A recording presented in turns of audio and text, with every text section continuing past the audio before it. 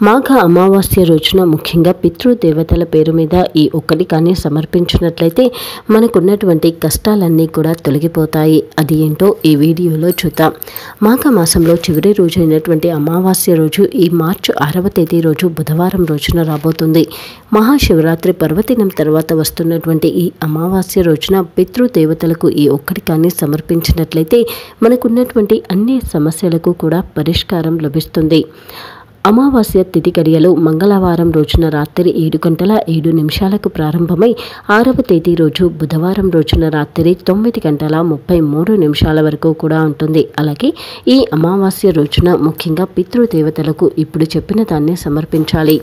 పితృదేవతలు సంతోషంగా ఉంటేనే మన కుటుంబం ఆయుధారోగ్యాలతో ఉంటుంది. ముఖ్యంగా పితృదేవతలు సంతృప్తికరంగా లేరు, అలాగే పితృదేవతలు అశాంతిగా ఉన్నారు అంటే దాని యొక్క ప్రభావం ఇంట్లోని వ్యక్తుల యొక్క ఆరోగ్యంపై ఉంటుంది. ముఖ్యంగా ఇంట్లో తరచూ గొడవలు జరగడం, లేదా ఇంట్లో ఉన్నటువంటి పసిపిల్లలు తరచూ ఏడుస్తూ ఉండడం, ఇంకా సంతానం కోసం ఎంత ప్రయత్నిస్తున్నా కానీ సంతాన భాగ్యం కలగకపోవడం, ఇలాంటి చికాకులు గొడవలు అన్నీ కూడా పితృదేవతలు సంతోషంగా లేనప్పుడు లేదా పితృ కార్యాలలో ఏదైనా లోపం జరిగినప్పుడు ఈ విధంగా జరుగుతూ ఉంటుంది. ముఖ్యంగా దీని యొక్క ప్రభావం ఆ తరం వరకే కాకుండా ఆ తర్వాతి తరం వరకు కూడా పడే అవకాశం ఉంది. అందుకే పితృదేవతలను సంతృప్తి పరచడం అనేది మన యొక్క ప్రథమ బాధ్యత. అలాంటి సంతృప్తికరపరిచేటువంటి అవకాశాలు ప్రతిరోజు ఉండవు. అమావాస్య గడియలు, అందులోనూ శివరాత్రి తర్వాత వస్తున్నటువంటి ఈ ప్రత్యేకమైన అమావాస్య రోజున మాత్రం ఇప్పుడు చెప్పిన విధంగా చేస్తే పితృదేవతలు సంతోషిస్తారు.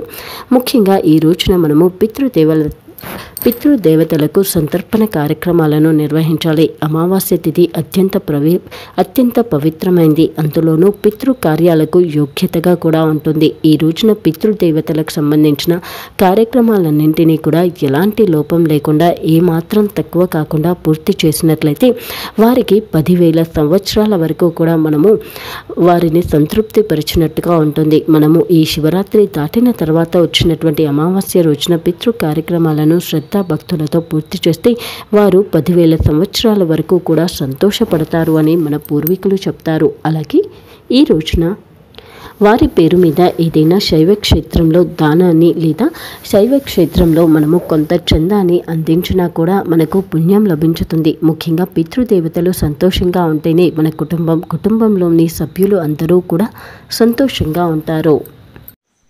ప్రతి నెల మరియు ప్రతి వారం మీ రాశి ఫలాలు, మీరు చేయాల్సిన పరిహారాలు తెలుసుకోవడం కోసం మా ఛానల్ని సబ్స్క్రైబ్ చేసుకోవడం మర్చిపోకండి.